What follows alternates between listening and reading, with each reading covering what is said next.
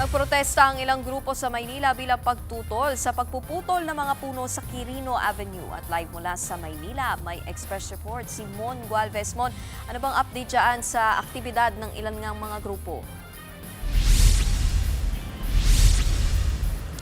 Yes, Nikki, dinaan sa panalangin ang kilos protesta ng ilang grupo para ipanawagan nga ang pagpapahinto sa pagpuputol ng mga puno dito sa kahabaan ng Quirino Avenue sa Maynila.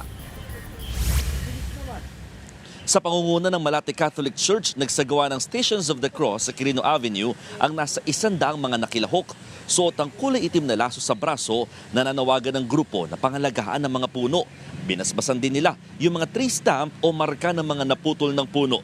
Habang dinasalan naman at tinalian ng berdeng laso ang mga punong nananatili pang nakatayo sa lugar.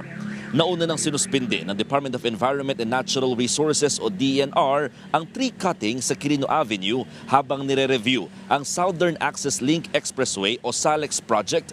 Bago ang pagpapahinto, lampas 200 puno na ang unang naputol mula sa mahigit 600 punong binigyan ng permit ng ahensya na tanggalin. Kaya pangamba ng grupong nag-prayer rally, baka ituloy pa rin daw ang pagpuputol nito sa mga susunod na araw o buwan. Hiling nila makaisip ng ibang disenyo ng proyekto na hindi na kailangan pang putulin o alisin ang mga puno. Pakinggan natin ang ilang pahayag ng mga nagsagawa ng prayer protest.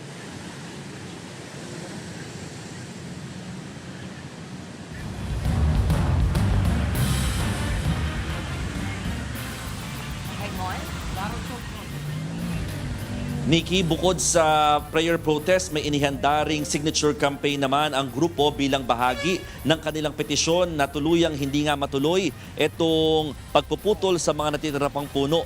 Nakatakda nila itong ibigay o isumite sa DENR. Nikki?